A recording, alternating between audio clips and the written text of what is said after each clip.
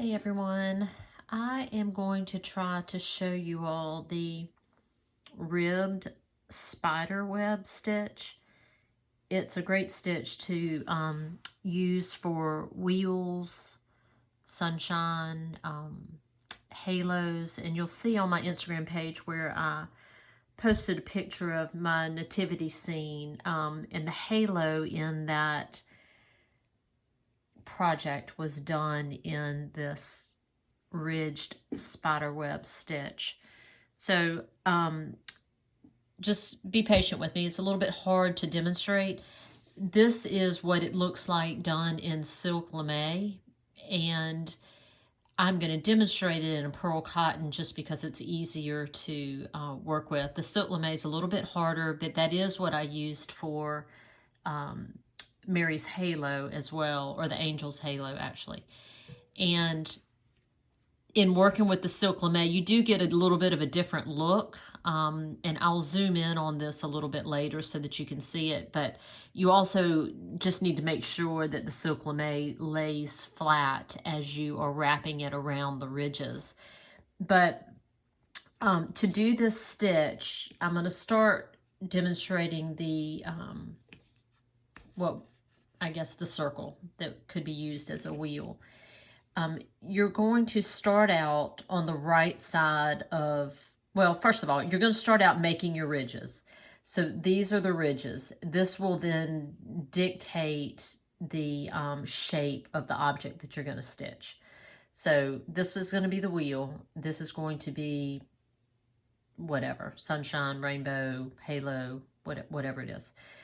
So you're going to come up on the right-hand side of your ridge. You are then going to wrap around the ridge. So you're going to take your needle and go up underneath the ridge. Then you're going to go up underneath the ridge to the right as well, and then pull your thread through. You want this to wrap around close to the bottom here. Then you are going to wrap around this ridge as well as the one next to it, and then pull through.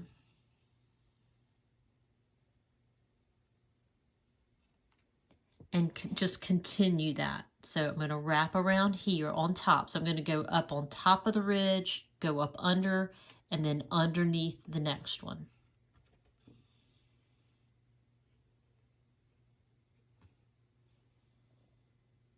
And I'm going to keep kind of using my finger to slide the fiber down to the bottom of the ridge. When you're doing the circle, it's a little bit easier to do than the semicircle because you're just going to continue going in one direction. When you do the semicircle, you're going to have to reverse and go back in the opposite direction. So I'm just going to continue working my way around,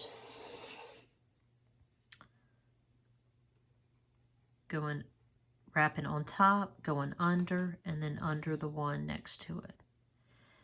Wrapping on top, under the one next to it. And you will now begin to see how the fiber is now laying on top of the first wrapping that I did.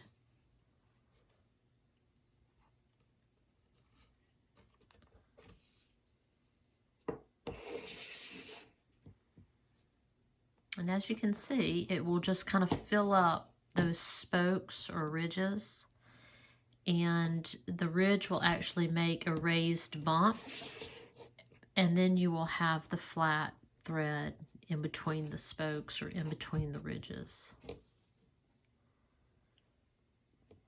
Okay.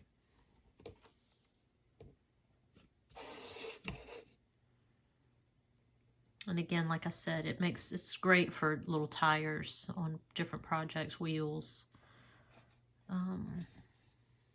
Just a fun little stitch. And so there you can kind of see what that looks like.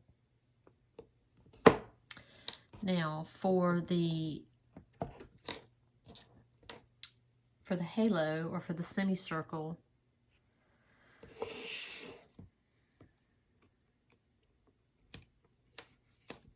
going to do the same thing. You're going to come up on the right hand side. Well, take that back because I'm going the opposite direction. You're going to come up on the left hand side. You're going to go up under and under the next one, just like you did before. So it's no different here. Wrap, under, under. Wrap, under, under.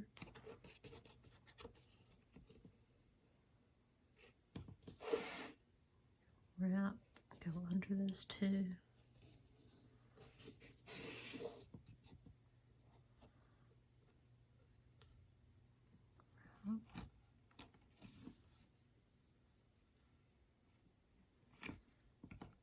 Okay, once you get to the end of the semicircle, you're just going to start going in the opposite direction. So here, instead of going, you're just going to go on top of this one at the end. So I'm going to go over and then under one here, because that is what's going to give me the wrapped look for this one on the end. And then I'm going to start back doing exactly what I did. Go over, under one, and then under the next one. Over, under, and then under the next one. Excuse my hands. There's just no way to easily demonstrate this stitch. And here you're going to go over, under,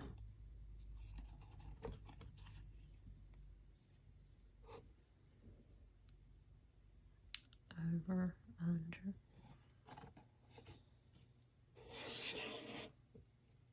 over, under. Okay, so now I'm back at the beginning. And all along the way, just make sure you keep sliding these tight together. So once I get to the end, I'm just going to go over and then under the next ridge. That's how you get started going back in the opposite direction. Over, then you go back under that ridge and then under the next one. And then you're back on track. And again, with the silk lame,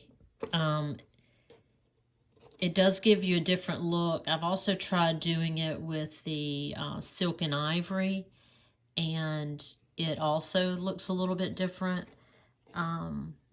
But again, you'll see in the picture that I've posted how different the silk lame looks. So that's the ridged spider stitch.